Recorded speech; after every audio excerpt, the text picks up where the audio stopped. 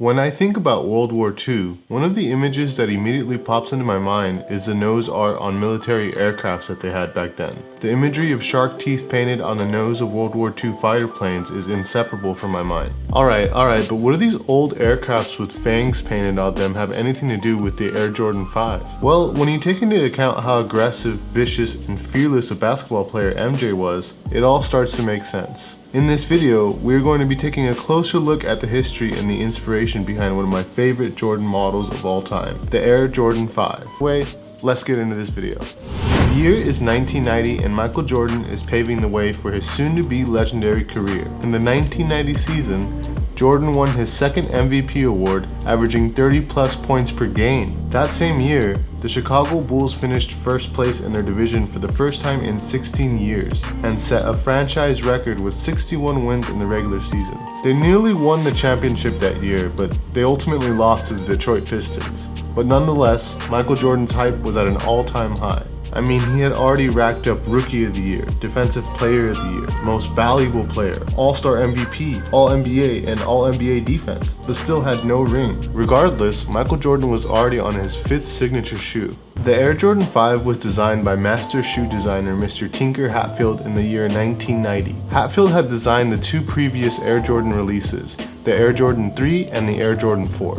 Both had tremendous success, so it was going to be a real challenge for him to reinvent the status quo. What's your favorite Tinker Hatfield design? Leave a comment below. Hatfield spent a lot of time watching Bulls games, carefully observing Michael Jordan's style of playing aggressive and relentless offense. He noticed that Michael would literally attack his opponents from all sides. His mindset would never waver, he just kept fighting. MJ is famous for being deathly competitive. At some point, Tinker Hatfield made the connection between World War II fighter planes and Jordan's mindset.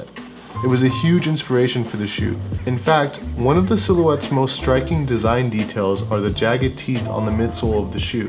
This was inspired by the pilots and Air Force crews that would paint shark mouths on the nose of their planes. Originally, this was done for practical reasons like identifying friendly allies in battle, but it eventually evolved into an expression of individuality. It was a type of escapism for the pilots, a way for them to evoke memories of home and peacetime life. This perfectly complemented Michael Jordan's fearless mindset.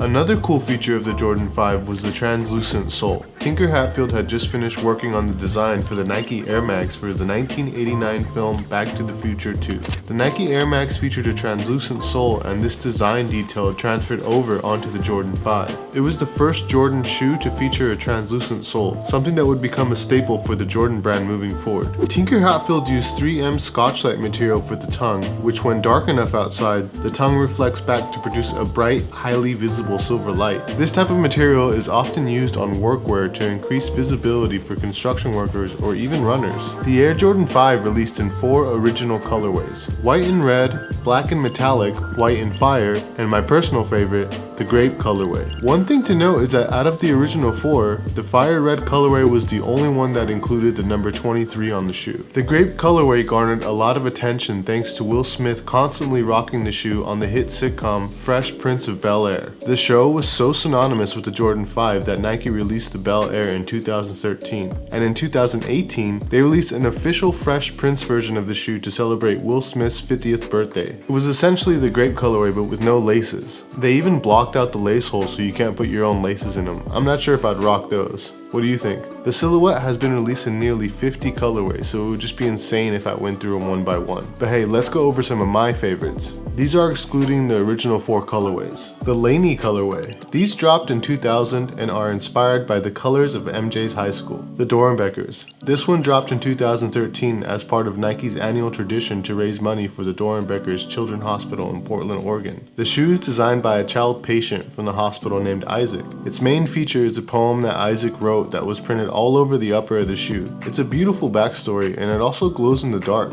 Who doesn't want a pair of shoes that glow in the dark? Next up, we've got the Raging Bull colorway. This nearly all red colorway is inspired by muletas, the red cloth you see bullfighters waving in the air to irritate the bulls. Imagine wearing these to a bullfight in Spain. The Supreme Jordan 5 in Desert Camo. This was Supreme's first collab with the Jordan brand. It has all kinds of cool details like the 94 in place of the 23 on the heel counter and the Supreme logo written inside the mesh panels. Alright, I'm gonna do 3 more just because There's so many dope colorways of the shoe, and I just think I wouldn't be doing it justice without referencing some of these sneakers. Seriously though, if I didn't mention your favorite Jordan 5, please don't destroy us in the comments. The black grape colorway. What can I say? I'm a sucker for the grape colorway. It might not be as iconic as the original grape colorway, but I'm really digging the 90s vibes on this one. This next one comes from Michael Jordan's son, Marcus Jordan, the Trophy Room collab. The icy blue on these just goes so hard, and I love how they kept that fire red for the drop on you guys, and I know it's gonna piss a lot of you guys off, but the off-white Jordan 5s are fire. The shoe features all of Virgil Abloh's go-tos like the zip tie and the off-white text branding. But the coolest thing about the off-white Jordan 5 are the circular windows around the mid panel and the ankle collar that you can either leave as is or pop out. Either way, I think it's a design that's going to stand the test of time. What do you guys think? The Air Jordan 5 is no doubt one of the most classic, most sought after sneakers in the world. It's definitely my favorite out of the entirety of the Jordan line, which is crazy. It goes up to like 35 now, I think. It's either the 5 or the 4s. It's really hard to decide.